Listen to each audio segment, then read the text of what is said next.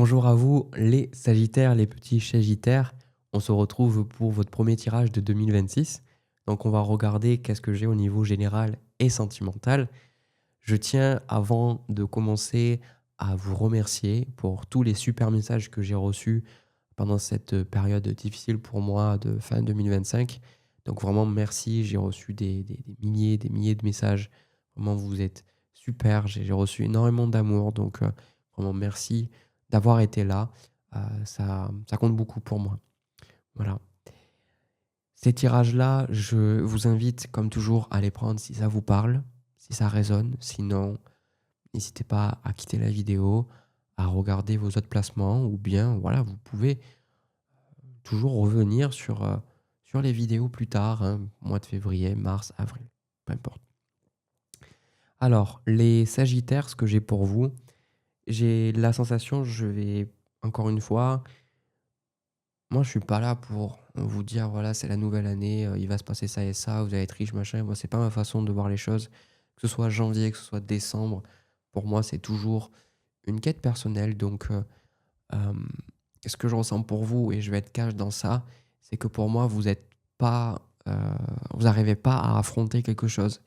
Il y a quelque chose qui semble vous dépasser, mais je dis bien semble, parce qu'on peut toujours faire face aux choses. On a toujours les outils nécessaires pour faire face aux choses, mais là, dans votre énergie, il y a quelque chose qui semble vous toucher et qui vous empêche, en fait, de vous réaliser, je trouve, professionnellement, en tout cas.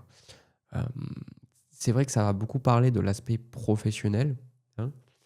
Alors, je vais commencer, je vais vous montrer les cartes.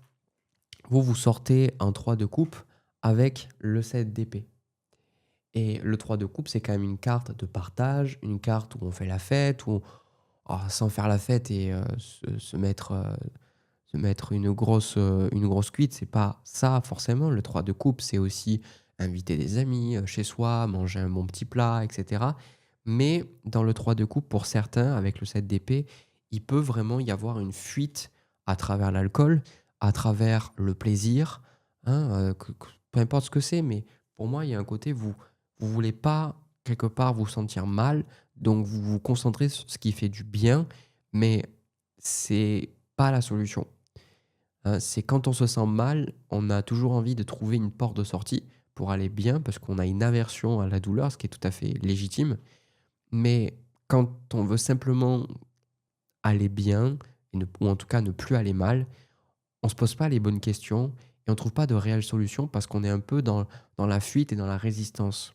C'est pour ça que vous, au niveau de vos intentions, on a le pendu avec le 8 d'épée.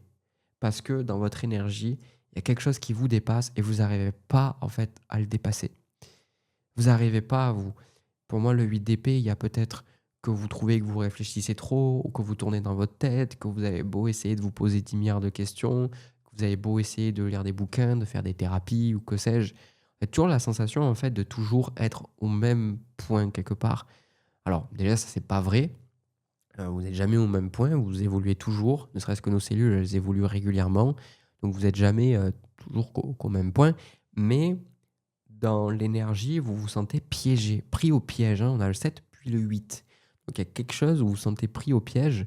Et ce que je ressens ici, ce qui vous touche, on a l'as de coupe avec le 6 de bâton. Donc c'est comme si la créativité chez vous est bloquée, les envies sont bloquées et que vous n'arrivez pas en fait à faire quelque chose qui vous plaît dans ce monde. Et avec le 6 de bâton, ça joue sur votre estime parce que vous ne vous sentez pas à la hauteur, hein. Le 6 de bâton, c'est il y a un besoin de recevoir de la validation parce qu'il y a des personnes autour de cette personne qui a le laurier qui a réussi. Donc il y a peut-être eu des expériences compliquées, des expériences d'humiliation, ou peut-être qu'on vous a rabâché, que vous n'êtes pas assez bien, ou peut-être qu'on vous a beaucoup comparé à vos frères et sœurs. Quoi qu'il en soit, ça vous bloque parce que le cœur ne peut pas s'exprimer. Donc moi, j'ai la sensation que vous refoulez beaucoup d'émotions, en fait. Vous refoulez beaucoup d'émotions et là, pour moi, le conseil qu'on vous donne par rapport à ça, eh bien, c'est de prendre les choses en main, OK? Et prendre les choses en main, ça veut pas dire prendre des douches froides, faire du sport, non. Le roi de bâton, c'est une énergie de PDG. c'est une énergie de cadre, de chef d'entreprise. Et j'ai toujours dit que le roi de bâton était important parce qu'il était charismatique, c'est un leader et c'est intéressant que ce soit aussi le roi de bâton et pas le roi de coupe ou le roi d'épée qui sortent en conseil parce que vous, en tant que Sagittaire, vous êtes un signe de feu, donc ça rejoint la suite de bâtons dans le tarot. Là, c'est les béliers, les lions et les sagittaires, hein, les cartes de cour de la suite des bâtons. Et ce roi de bâton, il inspire les autres parce qu'il a une vision, parce qu'il sait où il veut aller et parce qu'il a confiance en lui, il a confiance en son projet. Et alors, les gens vont pouvoir le suivre. J'ai toujours dit, le roi de bâton, imaginez que vous êtes dans une entreprise et vous avez le patron qui croit pas trop en l'entreprise, qui croit pas trop en ce qu'il fait, qui n'arrive pas à avoir une vision. Donc en fait, comment vous, en tant qu'employé, vous allez pouvoir fonctionner? Bah, vous allez pas forcément être bien, vous allez travailler, vous allez dire: «Mais en fait, pourquoi je fais ça, quoi? À quoi ça sert?» Déjà que même quand il y a une vision, il y a une idée, des fois c'est compliqué parce qu'on nous demande de faire des choses et parfois c'est pas forcément ce qu'on préfère ou ce qu'on aurait vraiment envie de faire. Donc des fois, ça peut créer des problèmes, des fois il y a des tensions avec les collègues, et cetera. Et si en plus, bah, au niveau de la direction, ça suit pas, bah, ou plutôt ça n'impulse pas la bonne énergie, on n'est pas bien. Et ben cette image-là, c'est la même avec vous et votre psyché.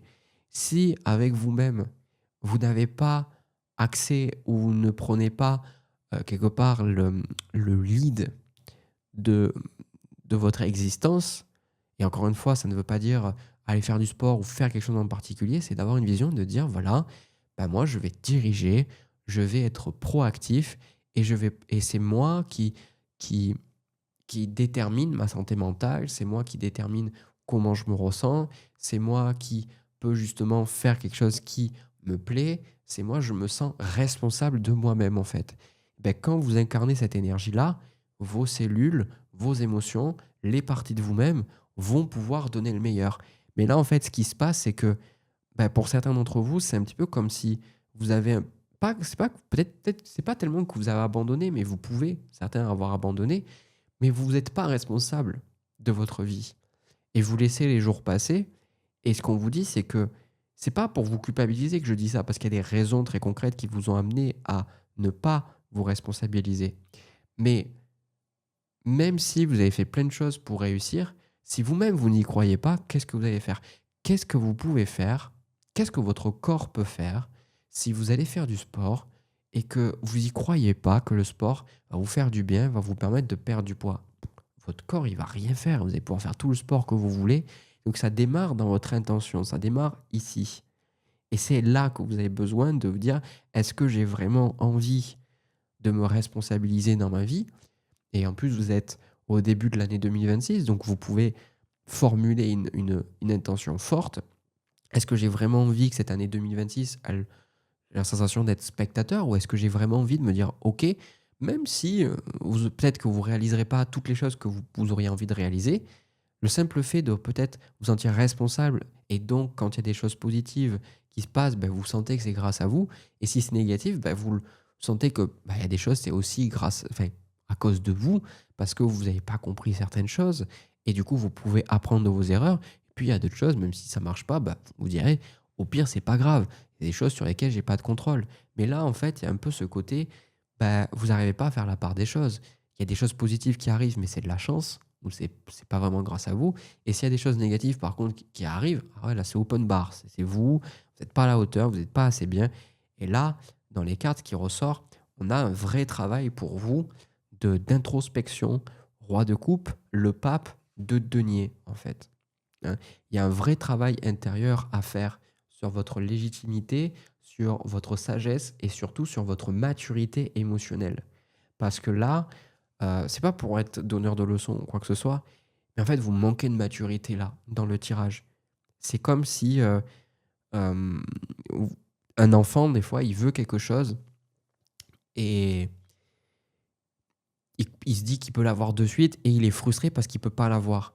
Non, c'est parce que des fois, bah, c'est pas le moment. Des fois, il a besoin de comprendre qu'il faut qu'il travaille pour qu'il obtienne les choses. Et vous, c'est ça, c'est à des moments, j'ai la sensation que, mais c'est encore une fois, c'est la blessure qui parle, c'est l'énergie qui enfouie en vous, qui a besoin d'être aimée, qui parle. Et c'est pour ça que dès que vous vous mettez à émettre une impulsion vers des choses qui vous plaisent, vous vous connectez à une ribambelle d'émotions négatives, de pensées négatives.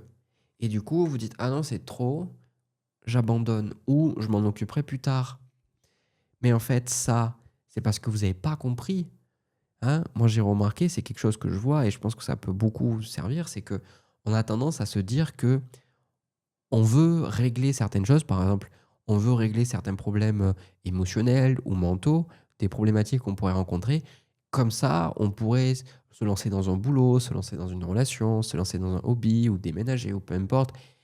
Et certes, ça peut être le cas des fois, mais la plupart du temps, j'ai remarqué que c'est des stratégies de l'esprit pour nous empêcher de nous confronter avec les choses qui pourraient justement nous permettre de trouver une solution à ces problèmes-là.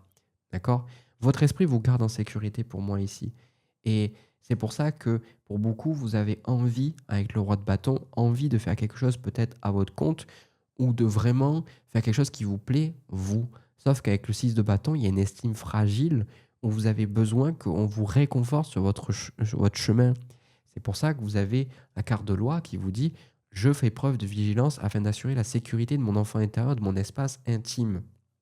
Donc, il y a cette énergie dans votre tirage où on vous invite à prendre conscience que c'est une partie de vous qui est blessée, mais que si il n'y a pas ce roi de bâton, s'il n'y a pas cet adulte, s'il n'y a pas cette personne qui va l'encourager, qui va lui dire ça va aller, qui le prend dans ses bras, qui à des moments d'insécurité, eh ben, il fait comment vous, comment vous voulez qu'il se sente bien et du coup comment vous voulez que vous vous sentez bien. Je donne un exemple. Si par exemple vous avez peur de sortir de chez vous, et que, vous ressentez de l'anxiété, du stress, voire peut-être même des crises d'angoisse, ben la solution, c'est de ne plus sortir dehors. Parce qu'on dit: «Voilà, ben, moi, pour être en sécurité, il faut que je reste chez moi». Mais c'est pas une solution et ça, c'est souvent des schémas qu'on vous a donnés. Si vous apprenez petit à petit à aller dehors et à tolérer que vous vous sentez pas bien, à tolérer le stress et que vous voyez que vous pouvez petit à petit vous sentir bien, votre corps va apprendre à s'adapter. Il va apprendre, il va intégrer, il va arrêter de vous envoyer tous ces signaux de stress parce que il va se dire: «OK, en fait, on est en sécurité». Voilà. Mais c'est la même chose pour vous, en fait. C'est de comprendre que toutes les choses qui vous plaisent, vous avez besoin d'y aller petit à petit vers ces choses-là pour vous rendre compte que c'est bon pour vous, que c'est adapté à vous, parce que sinon, vous restez dans l'idée de: «Ah, mais il faut que je fasse les choses qui me font du bien». Oui, certes, c'est vrai, mais peut-être que pour faire les choses qui vous font du bien, vous devez confronter des choses qui vous font pas du bien. Et des fois, on se dit: «Ah, mais si ça me fait pas du bien, bah, j'arrête». C'est pour ça que la fourmi, elle vous parle de patience ici. Elle vous dit: «J'avance un pas après l'autre et je fais preuve de patience, mon objectif m'attend au bout du chemin». On vous parle de, vous voyez, cette idée de fourmi, de fourmilière, encore une fois, ces fourmis qui vont travailler, qui vont aller chercher tout ce dont vous avez besoin pour que vous résolviez le problème. Mais s'il n'y a pas le lead en vous, s'il n'y a pas cette ruche, s'il n'y a pas ce nid, pardon, où il y a un chef, il y a quelqu'un qui donne une impulsion, vous êtes foutu. Et là, pour moi, dans la sensation, vous pouvez clairement le faire parce qu'on sent que chevalier de bâton, j'y vais et en même temps, j'y vais pas. Est-ce que vous en avez pas marre? Et on le voit, la tour, la lune. Donc on voit toutes ces croyances, toutes ces idées, toutes ces colères, ces frustrations, ces émotions. Vous avez besoin de les confronter et c'est un bon moment pour les confronter parce que ceux d'entre vous qui s'attendent, je ne sais pas, peut-être que vous avez une attente et je l'ai eu pendant un moment et je vois plein de personnes dans ce cas-là, une attente irréaliste de se dire qu'une fois que vous avez trouvé ce qui vous convient, que vous allez être bien, tout va être bien. Non, même si vous faites quelque chose qui vous plaît, vous inquiétez pas que vous allez rencontrer des obstacles, vous allez rencontrer des difficultés. Et là, c'est ça que je vois en fait. C'est que pour moi, je pense, et c'est là où c'est un beau tirage pour les personnes qui sont prêtes à entendre le message, c'est que pour moi, vous savez ce que vous avez besoin de faire. C'est juste que vous avez très très peur de le faire. Vous avez très très peur de le faire parce que ça va vous demander d'affronter des démons intérieurs, ça va vous demander d'affronter des peurs, des craintes. Et Ne vous attendez pas à que ce soit facile, en fait. Acceptez que ça fait partie du chemin, quoi. Parce que et c'est ça la transformation pour moi, c'est ça cette vraie transformation. La tour sur la lune, en fait. C'est-à-dire que imaginez en vous, il y a une structure, j'en sais rien, dans l'image qui me vient, c'est vous avez une structure, je sais pas, un endroit qui est là depuis tellement d'années, vous pouvez l'appeler la tour de l'apitoiement sur soi. Elle est là depuis tellement de temps, elle a pris tellement racine que vous allez pas pouvoir la déraciner du jour au lendemain, en fait. Vous allez avoir besoin, en fait, d'agir et même si elle vous envoie des gros signaux, des appels de phare et un gros phare avec sa lumière qui vous fait du mal, qui vous fait peur, de le voir, de reconnaître, de dire: «OK, c'est une partie de moi, mais ce n'est pas l'entièreté de qui je suis. Je suis plus que ces peurs, je suis plus que ces anxiétés et si j'ai envie que quelque chose se passe, j'ai le pouvoir sur ces choses-là». Parce que sinon, le piège pour vous, c'est de laisser les choses passer et d'attendre le bon moment. Mais en fait, il y a pas de bon moment pour vous parce que le bon moment, vous attendez que quelque chose que vous soyez bien, en fait. Mais vous serez jamais bien. Soyez honnête avec vous-même, vous serez jamais bien. Acceptez d'aller mal et ça, on voit sur les réseaux sociaux, les gens ont l'air super bien et tout, c'est juste pas réaliste. Vous faites de votre mieux avec ce que vous avez, vous mettez un pas après l'autre et c'est déjà fantastique. Si vous faites un petit pas tous les jours pendant 2026, vous faites un petit pas, même les jours où vous avez l'impression qu'il y a rien qui se passe, je peux vous assurer que vous allez arriver à la fin de 2026 et vous allez vous dire: «Mais en fait, je suis fier de ce que j'ai fait». OK? Donc vous allez y arriver, croyez en vous et ça, personne d'autre peut le faire pour vous, autre que vous. Personne ne prendre soin de votre enfant si ce n'est vous-même. Voilà. Voilà ce que j'ai pour vous les sagittaires. Je vais passer à votre tirage sentimental. C'est parti. Alors, les sagittaires, pour votre tirage sentimental, j'ai la sensation qu'on parle de célibataire. Ça peut parler d'une personne, mais voilà, je pense que ça parle de célibataire. Alors, la sensation que j'ai pour vous, c'est qu'il y a une insatisfaction parce que les personnes que vous rencontrez ne correspondent pas à ce que vous attendez. Voilà. Et c'est ça qui est compliqué parce que vous, de votre côté, vous comprenez pas.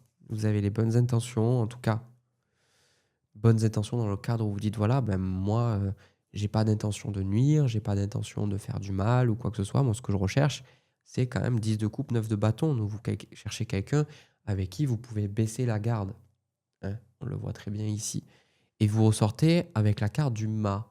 Donc il y a une idée quand même de liberté qui est très, très forte dans ce tirage-là et la sensation que j'ai, c'est que pour moi, il y a un problème avec l'engagement. Je vais prendre une carte de plus. Voilà, c'est ça. C'est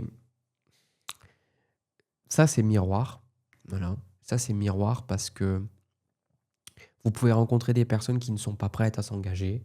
Par exemple, vous rencontrez j'en sais rien, des hommes qui sont déjà mariés, qui ont des enfants, qui n'ont pas envie de se séparer. Et vous aussi, là, avec le 7 de bâton, il peut y avoir cette énergie de je n'arrive pas en fait à baisser ma garde. Parce que c'est ce que je vous disais, vous voulez rencontrer quelqu'un avec qui vous pouvez baisser votre garde, mais en fait, je pense que personne ne peut fondamentalement passer les gardes chez vous. C'est ça que quand je vous ai dit, je me suis dit, mais pourquoi en fait se dire que vous voulez trouver quelqu'un avec qui vous pouvez baisser la garde?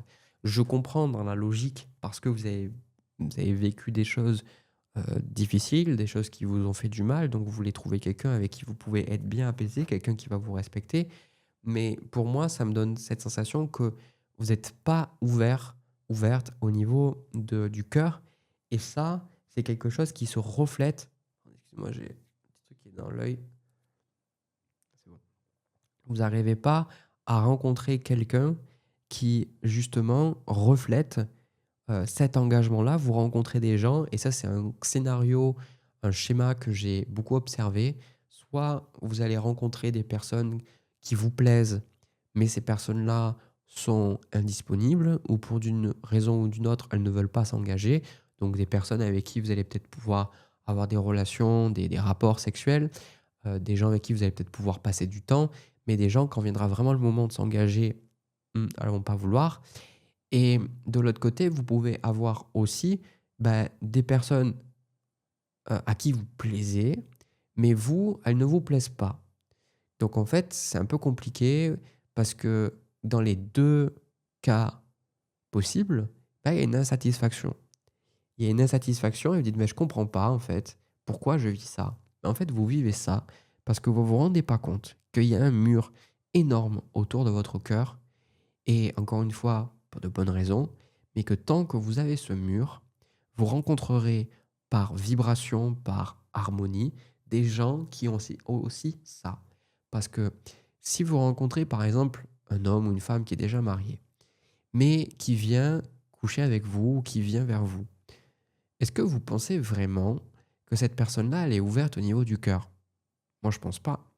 Parce que si c'était une personne qui était ouverte au niveau du cœur, ça serait une personne qui serait capable de d'aller voir son partenaire et de lui dire que, je suis désolé, j'ai un poil qui me rentre dans le nez, mais non, c'est ça. Je serais capable d'aller voir son ou sa partenaire et lui dire que quelque chose ne va pas. Et je vous vois venir, il y a des gens qui me disent: «Oui, mais cette personne, moi j'ai rencontré des gens qui étaient déjà mariés et qui ça ne se passait pas bien dans leur couple et ils le disaient justement qu'ils voulaient partir». Oui, encore une fois, pourquoi ils sont encore avec cette personne-là? Pourquoi ces personnes-là sont en couple avec quelqu'un et sont pas heureux et pour X ou Y raison, ils restent. Souvent pour l'argent ou pour les enfants ou quoi que ce soit, mais ils restent. Est-ce que ça, c'est de l'amour de soi? Est-ce que ça, c'est avoir le cœur ouvert? Non. Avoir le cœur ouvert, c'est laisser quelqu'un rentrer dans son monde, oser aimer, oser prendre le risque que la personne pourrait potentiellement nous faire du mal et ça, une personne qui est déjà prise, non. Donc ça, c'est pour vous montrer que par résonance, vous attirez ça. Donc, ce que on vous invite à faire par rapport à tout ça, c'est d'arrêter de chercher quelqu'un, ne serait-ce que de manière temporaire, pendant quelques semaines, quelques mois.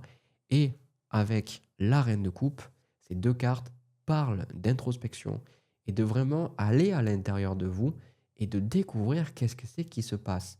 Parce que moi, pour moi, vous manquez de lucidité par rapport à ce qui se passe.